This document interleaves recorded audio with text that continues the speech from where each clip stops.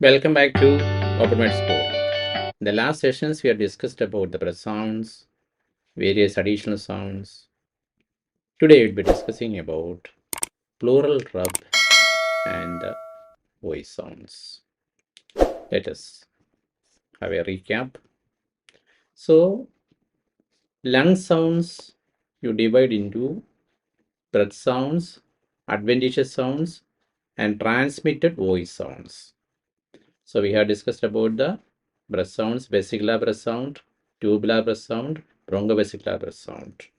Then adventitious sounds, we have discussed about the continuous, discontinuous, and today's topic is one is pleural rub, second is the transmitted voice sound, the bronchophony, whispering pectorality, and egophony. So let us start.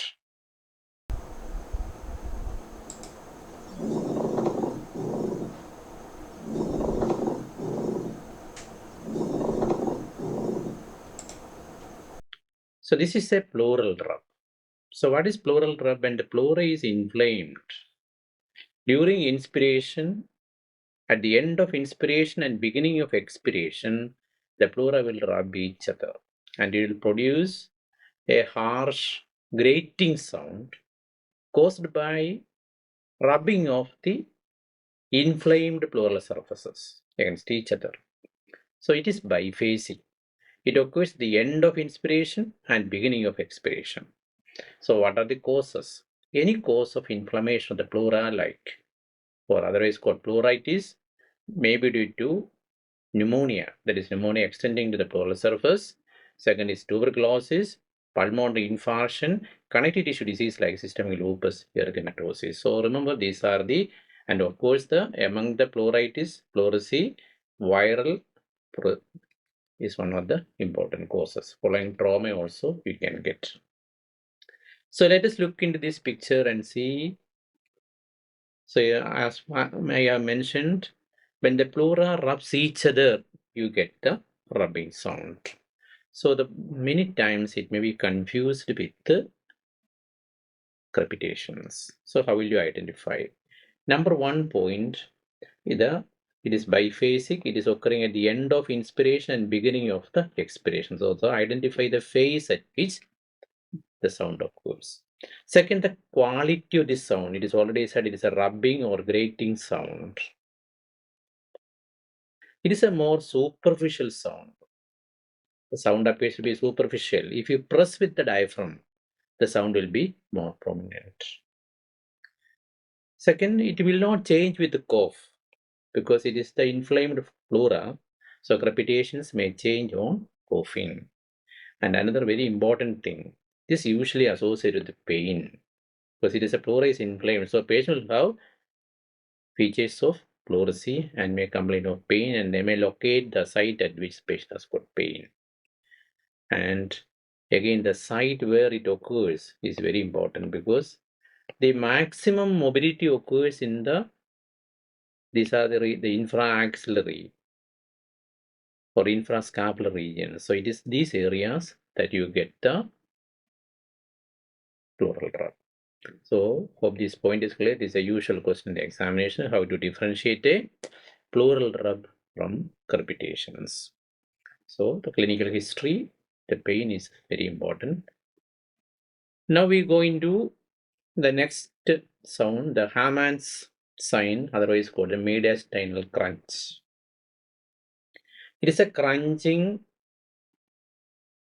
popping sound synchronous with the heartbeat.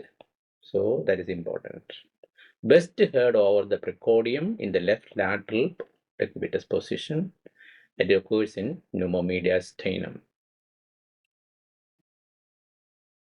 Okay. Now we go to the voice sounds. Voice sounds is different from the breath sounds. These are sounds produced in the larynx when you say something and is transmitted to the chest wall. Whereas the breath sounds and adventitious sounds are, we have already discussed the various mechanisms of production. So first is bronchophony. Bronchophony is increased transmission of spoken voice. Let's ask the patient to say 99 the sound appears to be very loud and appears as if it is coming from the earpiece.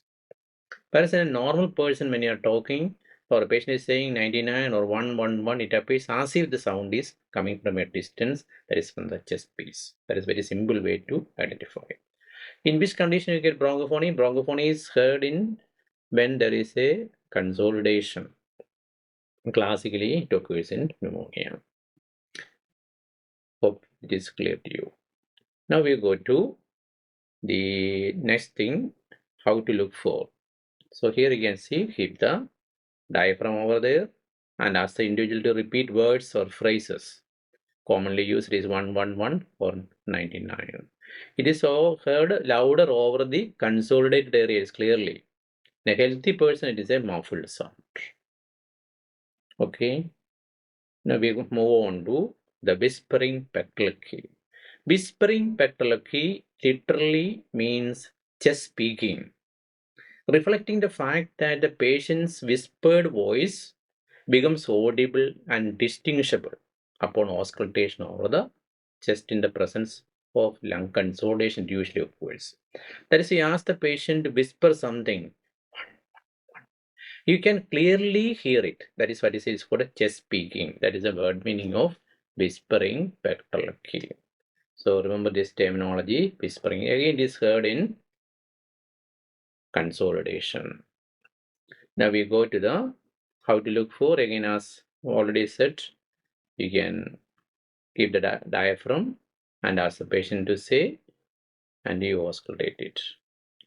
So whispering petrology is almost having similar meaning as the bronchophony, but it is more sensitive than